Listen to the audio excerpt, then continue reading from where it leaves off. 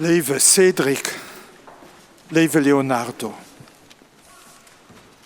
us sech d'Kreiz as scho etwas, wat ganz persönlich ass, wat ganz intim ass kin de bald soen. An och wann lo de Fokus vom Evangelist Johannes op d'Kreiz geriicht ass, da meng de bald dat vire so. Du hast Familie, du sind eng Freund, du hast de Jünger. An der Rest wird ausgeblendet. Wenn wir wissen, dass die Szene, die ganz persönlich ist, gerade die Szene ist, die die ganze Welt etwas angeht. Und wenn der Johannes da ist, da heißt, dass mir, dass dir zwei, dir steht unter dem Kreuz.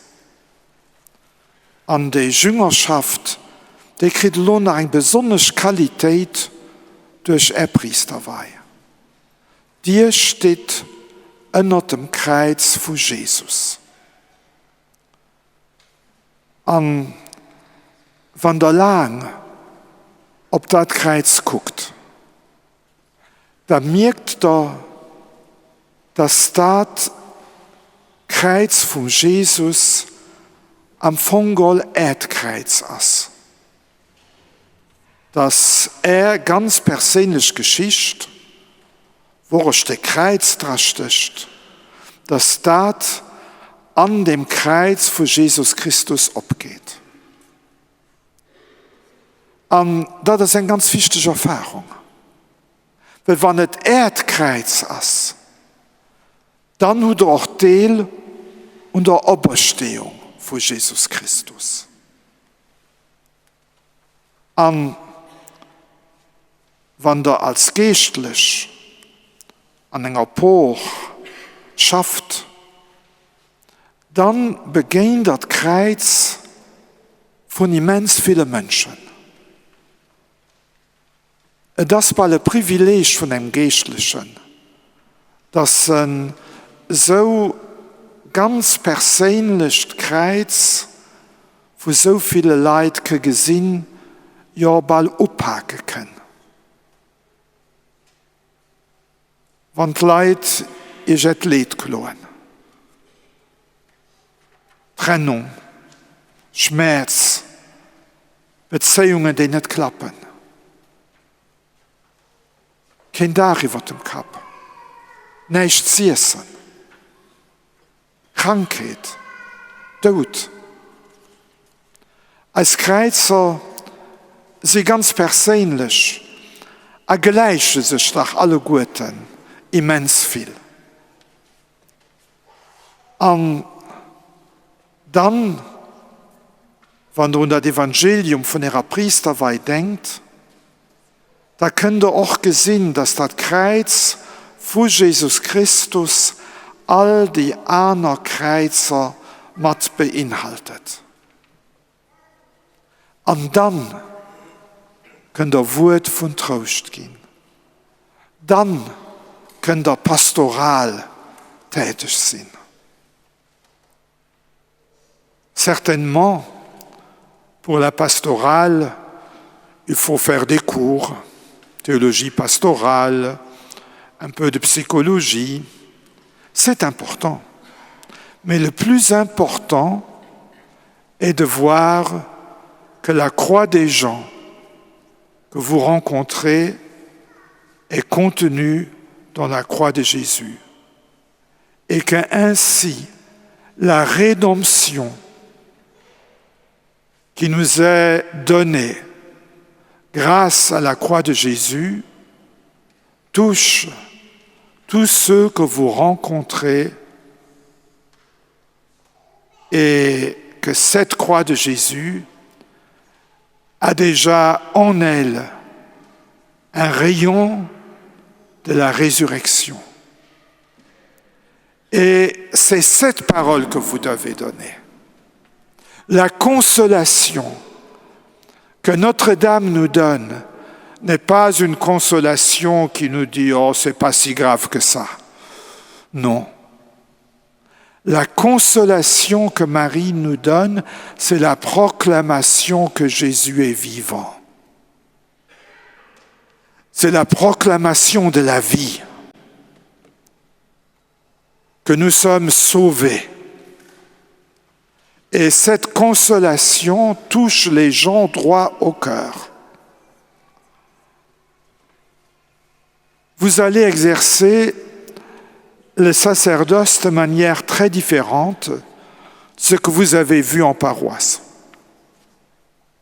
Parce que notre société est en train de changer et beaucoup de nos paroisses sont âgées. Heureusement qu'il y a encore les gens âgés qui sont là. Et je voudrais les remercier de leur présence. Mais en même temps, il faut prévoir que beaucoup de structures que nous chérissons, que nous connaissons, vont s'écrouler. Et comme nous chérissons l'Église que nous avons connue, comme nous chérissons l'Église dont nous avons fait l'expérience, cela fait mal. Et ce mal, vous le voyez de nouveau dans la croix du Christ. La croix du Christ a en elle aussi ces transformations de structure ecclésiale. Alors, il ne faut pas s'arrêter aux lamentations.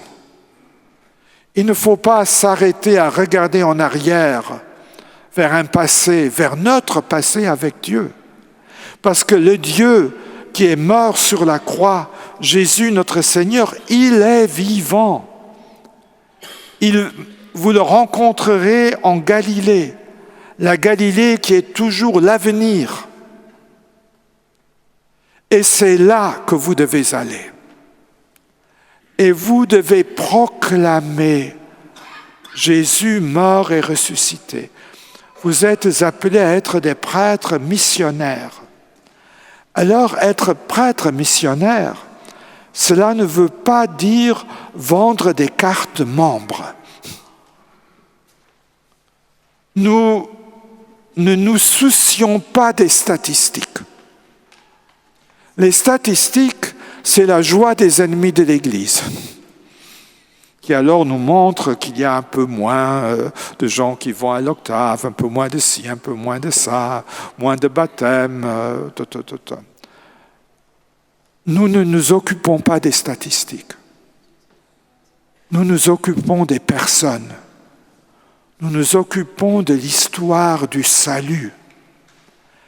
Et Dieu continue à faire son histoire de salut. Dieu continue à opérer son histoire de salut. Et aujourd'hui, il vous prend comme collaborateur de cette histoire du salut. Ces collaborateurs étroits. Et de par votre vie, vous devez rendre témoignage. Alors tous les deux, vous n'avez pas eu un chemin droit du jardin d'enfants au séminaire à l'ordination. Et c'est bien ainsi. Parce que ce chemin, avec des voies parfois plutôt tortueuses, montre aussi la croix dans votre vie. Et aujourd'hui, se manifeste la joie de la résurrection au terme de ce chemin qui a aussi été chemin de croix. Et vous pourrez témoigner. Et votre témoignage portera du fruit. Parce que Jésus, mort et ressuscité pour vous, est mort et ressuscité pour toutes les personnes que vous allez rencontrer. Et il désire ardemment que toutes les personnes que vous rencontrez soient sauvées. Alors, votre consolation doit toujours être une consolation très humaine. C'est un peu même le thème de cette octave, non? Être vraiment homme, être humain.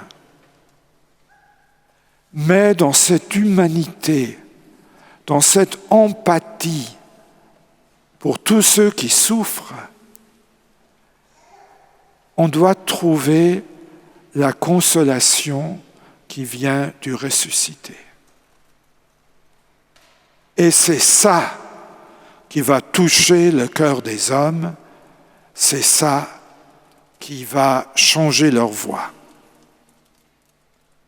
Donc, vous serez prêtre missionnaire. Et prêtre missionnaire, à ce moment, les sacrements de l'Église que vous allez célébrer revêtiront ce caractère missionnaire. Quand vous célébrez l'Eucharistie, et en fait, la première fois, c'est aujourd'hui,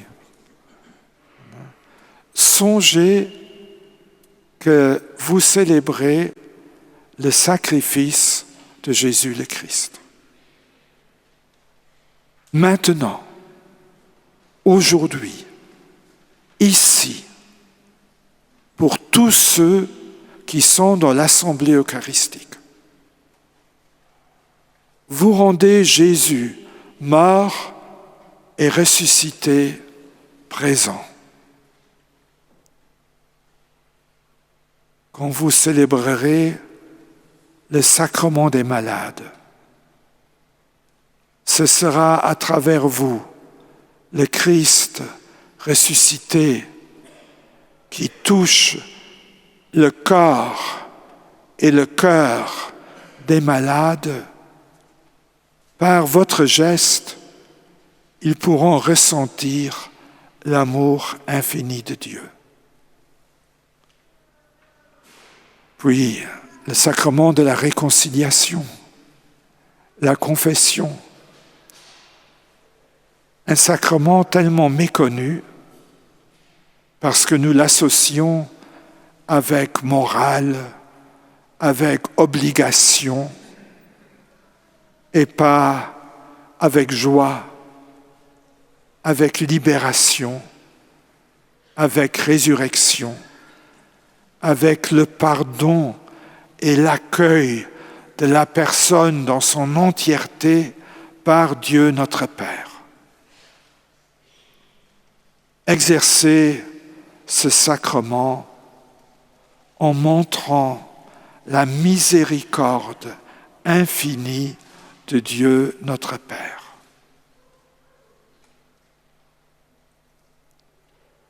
Annoncez l'Évangile aux enfants. Voilà, vous aurez peut-être des catéchistes, vous aurez des volontaires qui vous aideront, mais c'est aussi votre tâche, comme prêtre. Et si on sait parler aux enfants, alors on sait aussi toucher le cœur des adultes. Les enfants sont importants parce qu'ils nous forcent d'exprimer le mystère du Christ que vous avez étudié en théologie. Et les professeurs de théologie vont me pardonner si je dis, tout en sachant que la théologie est très importante, que tout, disons, ce mystère que vous avez scruté dans toutes les lumières, et cet exercice est nécessaire parce que les gens sont très différents et vous avez besoin d'approches théologiques différentes pour parler au cœur des hommes. En même temps, vous devez exprimer avec toute simplicité pour que les enfants et les gens vous comprennent qu'il s'agit de leur salut. Il s'agit de leur Dieu qui leur veut du bien.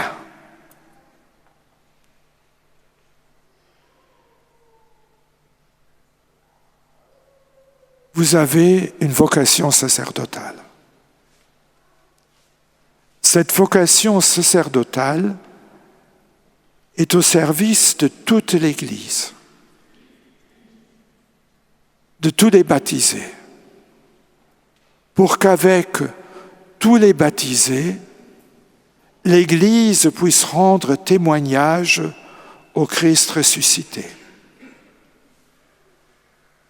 Pour que toute l'Église, dans sa synodalité, puisse être une Église missionnaire, qui n'a pas peur d'être une Église en sortie, et d'être surtout là où les gens souffrent, où les gens pleurent. Et quand vous-même souffrirez, quand vous-même pleurerez, alors Notre-Dame, consolatrice des affligés, als Leibmam, unsere liebe Mutter, la nostra cara mamma, elle sera là. Elle ne vous abandonnera jamais. Parce que vous êtes ordonné prêtre le jour de sa solennité, elle prendra soin de vous comme une mère qui vous accompagnera pendant toute votre vie. Sainte Marie, Mère de Dieu, consolatrice des affligés,